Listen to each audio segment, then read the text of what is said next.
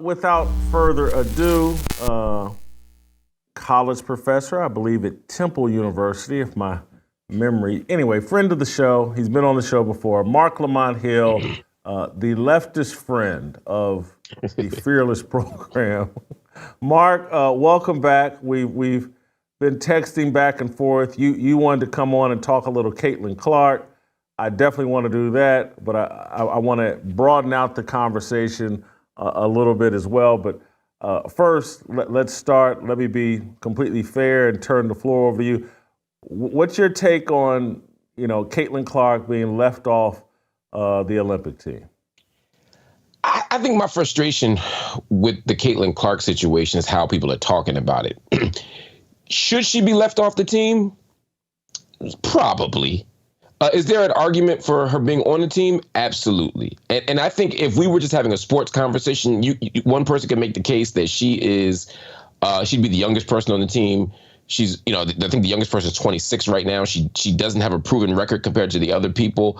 That it's not her time. That we'd rather see Diana Taurasi go out, with her sixth medal. We'd rather see the old heads league, kind of like Larry Bird in '92. Like you're not good enough to play anymore, but we just gonna let this thing ride out. That's one argument, and the other side is Caitlin Clark will bring a lot of attention to the league. I can see both arguments. My frustration is that people aren't having that conversation. It becomes, I had people on Twitter saying that it's racist that she was left off. Then I have other people acting like it was absurd that she even be considered. And I feel like both extremes are so absurd and poorly informed that we can't have an honest conversation. People are making this analysis based on their politics and their racial commitments more so than an actual honest conversation. The real conversation is, why aren't we watching the WNBA? Why aren't we watching women's basketball after 7 gold medals? The real question, these are the kinds of questions I'd rather be asking than, is Caitlin Clark not qualified among the top 15 or 20 girls, or is Caitlin Clark the heir apparent to Michael Jordan and we're just missing it all and she's being snubbed because of some black conspiracy? I think both sides are ridiculous. You think race has nothing to do with her being left off the team? Jason, that's your problem, man. You guys on the right, you're always focused on race. Why can't you be like us? No, listen. I just asked a question. No, I'm just teasing you. But I mean, does race have anything to do? I know. Does race have to do anything to do with her being left off the team? I would say no. Honestly, no. I tell you why. 3 of the guards on the team are white women, and honestly, if she were to take somebody's spot, it would probably be a white woman's. It would be Taurasi's. So I don't think it's a white thing at that level. I think people's outrage about it is because she's white. There are people who have never watched WNBA before that are now like, oh my God, this white woman is the heir apparent. These women don't know their own marketing ability. They don't know how to run a business. Oh, these women are so petty and vindictive. I disagree. I don't think that's it. I think they're running a program, and you know this. You're a sports expert. Team USA and WNBA aren't the same entity. I mean, they're overlap, but they're not the same entity. Team USA has a responsibility to advance American basketball program internationally. And what's the best team? No, but I'm talking about the best way to do that is to win, and she doesn't give you the best chance at winning right now. Marc, of their last 73 games, how many do you think they've lost? It was about 3. Yeah. They've lost. They're 70-3. They've won 7 straight gold medals. Do you know that in 1992 there wasn't a chance of the Dream Team losing a game? Same deal as this. Yeah, same deal as this women's team. They could remove any of these players. They could probably lose all of them and pick a whole new 12 and still win the Olympic gold medal. We've invested that much money in women's sports in comparison to our competitors. And so this whole notion that they need to put the best team out there to win, it's just not true. It's no different than in 1992. Magic Johnson had HIV and wasn't even in the NBA at the time that he played on the Dream Team. As you mentioned, Larry Bird, at the end of his career, bad back, only played. So this is just a business decision, a marketing decision. They could put me and you on the roster and they could still win. So this whole they got to put their best team out there. No, they need to grow the game because for 27 straight years, the WNBA has lived off the back of the men of the NBA. That's who finances their league. They haven't turned a single profit in 27 years. They need to grow the game. They need to make a business decision. They've made a racial and sexual identity decision. She doesn't fit. She doesn't worship the black women like you're supposed to do, and she's not a lesbian, so she's not part of the club, and that's why she's not on the team. And if you, hey, grab the video, Mark. If you, I want to show you grab the video from yesterday. It's just a short one of the head coach of the women's Olympic team. Her name's Cheryl Reeve. Do you know who Cheryl Reeve is, the coach of the Minnesota Lynx? Have you ever seen? Hardcore alphabet mafia soldier. I want to say there's a culture clash going on in the WNBA. Like, are we going to lean into this femininity, or are we going to keep this a lesbian league? And if we lean into the femininity, there's more fans to be had and more attention and popularity, and maybe we'll get profitable and we'll get off the tit of men. That's the head coach right there. This is the head coach. And you think she wants Caitlin Clark? She's married to a woman who's got a job with the Minnesota Lynx. I'm just being silly today. But here's my issue with what you're saying. There's a couple issues with what you're saying.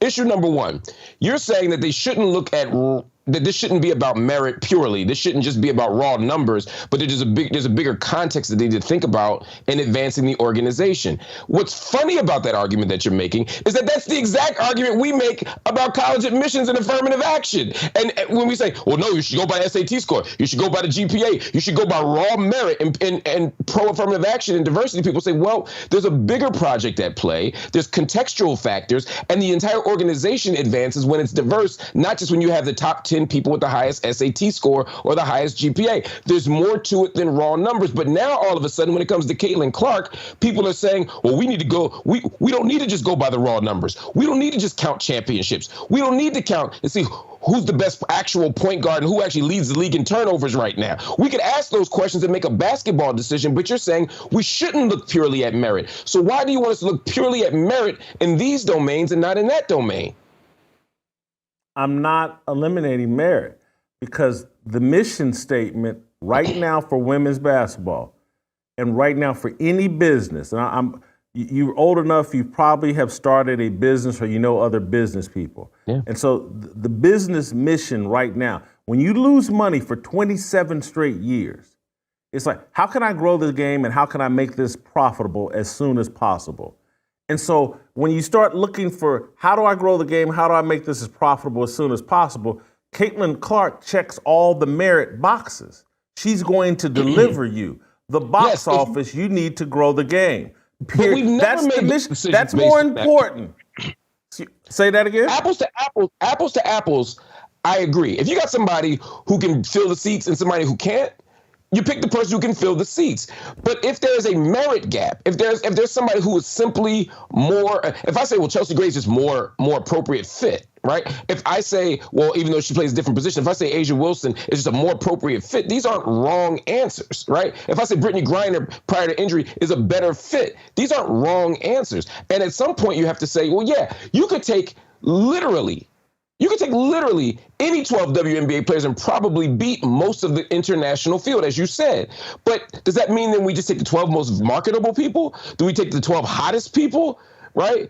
Do we take the young woman? I can't think of her name right now. She signed to Rock Nation. What is her name? She had a big falling out with her organization. It'll come in a minute. She's a guard. Very attractive young lady. Skylar Diggins. Yeah, Tyler Diggs, right, Tyler Diggins. Like Skylar Diggins, yeah, she should be on the team for sure, yeah. Mm-hmm. And that's I would the point, put her right? on the team. Of course, because you'd be more likely to watch the game if Skylar Diggins is playing. And you know what? I might too. But that doesn't mean that I put her ahead of all the people who have more talent. We can't have it both ways. We can't call for merit sometime and not others. I'm just saying let's base it on merit unless it's close. Mark. But let me just say one more thing real quick. It's a dodge, Mark. If the goal is grow the game and make it profitable, there's a whole different merit. It's not about win the game because you already know you're going to win the game. And so if the argument was like, hey, let's win the game, then you're right. But if the argument is let's grow the game, make it more profitable as soon as possible, because we've been a welfare sport league for 27 straight years. And at some point, this business has to come close to turning a profit. And so I agree with you. I'm just going to tell you. So here's what men did in 1992. And this is the difference between men and women. 1992, Magic Johnson, HIV. He's HIV at a time when people are legitimately afraid of HIV. What did men do? Hey, you're going to have to get over it, Karl Malone. Magic's going to be on the team. We're trying to grow the game internationally so that we can make even more money and get into a position. You're mixing history a little bit there. So two things. One, Magic Johnson, when he retires, is still the best point guard in the NBA.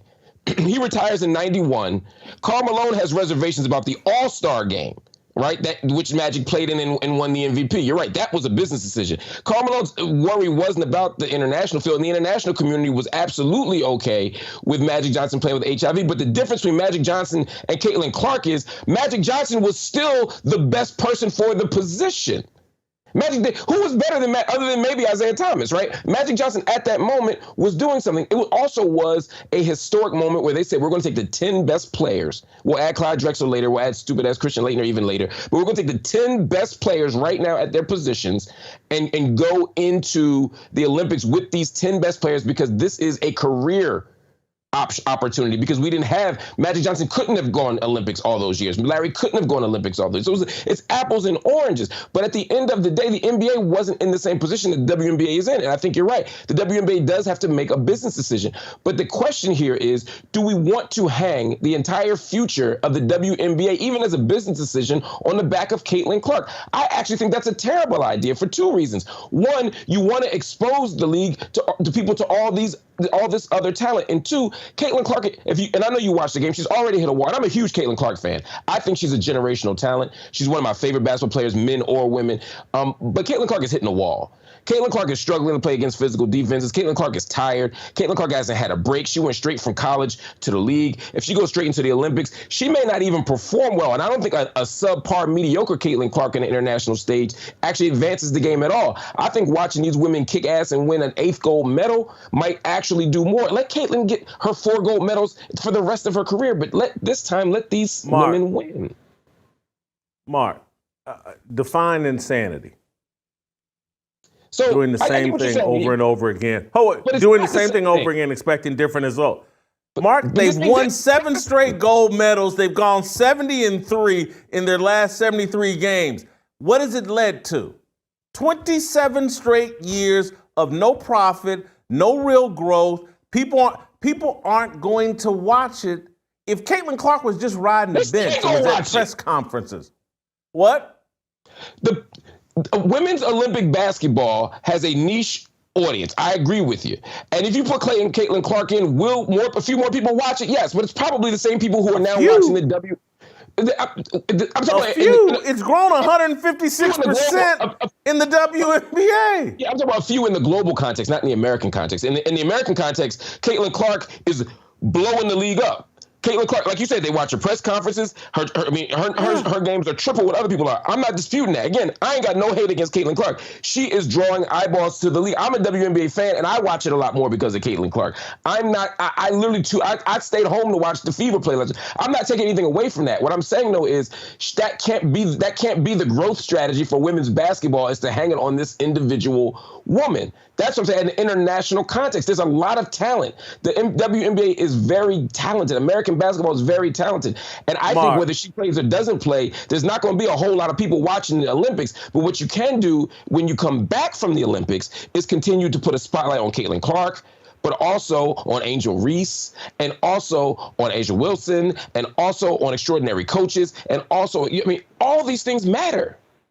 One, realize that if and this is me back in the old secular version of me, but it's like, my guy friends were all jocks, better looking guys than me, but just by being in their circle, there would be more attractive women in our circle because I was in their circle.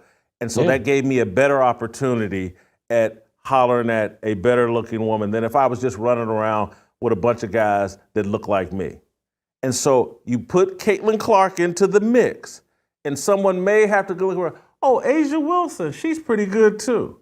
But if there's no Caitlin Clark to attract all those additional eyeballs, people are going to continue to ignore Asia Wilson and Diana Taurasi and Brittany Griner and all these other. They're going to and again, they're going to ignore them. If Caitlin Clark were averaging 2 points a game right now, was just as popular, but was only averaging 2 points a game, would you still make this case for her? If she was averaging 2 points, if she was a total flop, no, I wouldn't. Even if it expanded the game and did all the things for women's basketball, you still would say no because she's not good enough. Nah, right? Because there would be because the talent gap would be too enormous. If she was a flop, no, I wouldn't. But she's not a flop. No, she's not a flop. Overwhelmed. She's overwhelmed right now. She's in a space all by herself where there's all this hostility, including on her own team, that's wearing her out. But right now, based off of all the hostility and the way defenses are designed to stop her, she's very successful. She's one of the 20 best basketball players in America, in my opinion. Agree. And so I agree. If she's 18, I think she might be 17, yeah. So put her on the team, let her attract the crowd so the rest of the girls, the other 11 girls, could benefit from the crowd that she attracts. It's simple. That's the part that shocks me about you, Jason. Like every other time, if I were to say, look, this black kid got a 3.4 GPA and the Asian kid got a 3.5, but if you bring the black kid in, the school is more diverse and we get more funding and you get more grants and the school has a better reputation, you'd say, no, that's not fair to the kid that did better. Why should the number 16 basketball player in the world make a team and the number 13 basketball player in the world get cut from a team? That's the problem. If Chelsea go ahead and play, if you need, I can tell you why. I can tell you why. I can answer your question. So you do realize, in the grand scheme of things, basketball's really kind of unimportant in the grand scheme of things. And so when you start making an analogies, let's say you're talking about a doctor or a dentist or a pilot or someone that actually does something important, then you don't compromise and say, I'll take something less that may not be as good. No, but that's a straw man. That's why I didn't give those examples. I'm talking about college admissions. You don't have to go to Harvard. If I get cut from Harvard with my 3.4, there's 99.9% of the schools in the world we could go to and be just fine. I'm not talking about a precision surgeon. I'm talking about the right to do this extra 1% thing of going to Harvard. And I'm saying we want the best people to get in because it's the right thing to do. We want the best people to make the marks. Why are we now saying the girl who actually deserves to be on the team by talent should get cut because more people like Caitlin Clark? Because I'm arguing, when it comes to education, I want the best accountant. I want the best veterinarian. I want the best whatever. And when it comes to basketball, at this point with the women, the goal is, how do I grow the game and how do I make it more popular? When you start mixing education into this, the mission isn't, let me grow the education. Let me make education more popular. The mission is, let me you literally want to expand it to people who haven't gotten there before. It's all white people or all Asian people here. And I'm saying, you know what? I want to expand the reach of Harvard to black people, even if their numbers are a little lower. And you're saying here right now, I want basketball to reach out to people who may not be fans, but who might like Caitlin Clark and be exposed to it. You're literally expanding the net. And you're also saying, I want people to go where they have the best chance of getting educated and the best chance of reaching their full potential. And I'm not Thomas Sowell, but he's put out and he's taught at these Ivy League schools and all, and Glenn Lowry's taught at these Ivy League schools, and they can walk you through how putting unqualified people in these environments where Ivy League schools where they really would be better educated at an HBCU or some state school and have just as much success But if you put them in an environment where they cannot compete, where they know, they've done you a favor and let you in here, and you can't keep up with the assignments. Thomas Sowell has spelled all of this stuff out. You know the graduation rate of black people child in harm's way. Do you know what the graduation rate of black people at Harvard? Do you know what the graduation rate is of black people at Harvard? Probably pretty low. And that's why they should be going to HBCUs where it's much higher. Between 98 and 99%.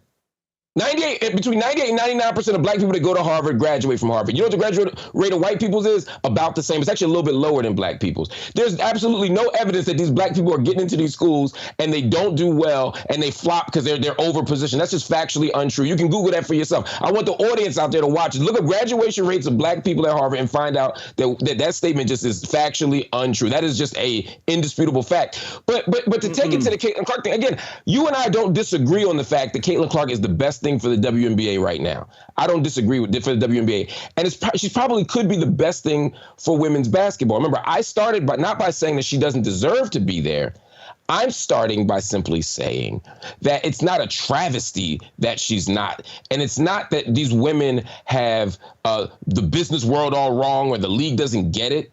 Ultimately, women's basketball is going to thrive if we invest in it, if we watch it, if we support it. The NBA was operating at a deficit too in the 70s. The NBA was a losing enterprise. People didn't think this thing was going to thrive. It took a moment. It took Larry and Magic, and then later took Michael to get it. And I feel you. Caitlin Clark might be that person. But let's not lose the integrity of the game by saying that it's suddenly a travesty that we don't want to cut the 5 best guards in the country to let the 6th best guard in the country on, or the 4 best guards let the 5th best on. That's all I'm saying. I'm saying it's not wrong to include Caitlin, and it's not wrong to exclude Caitlin. And I happen, as a leftist, as a radical leftist, to believe in merit and integrity, Jason, and colorblind selection. No, you don't. You wouldn't be making the affirmative action argument. But I hear you, and I get your sense of humor.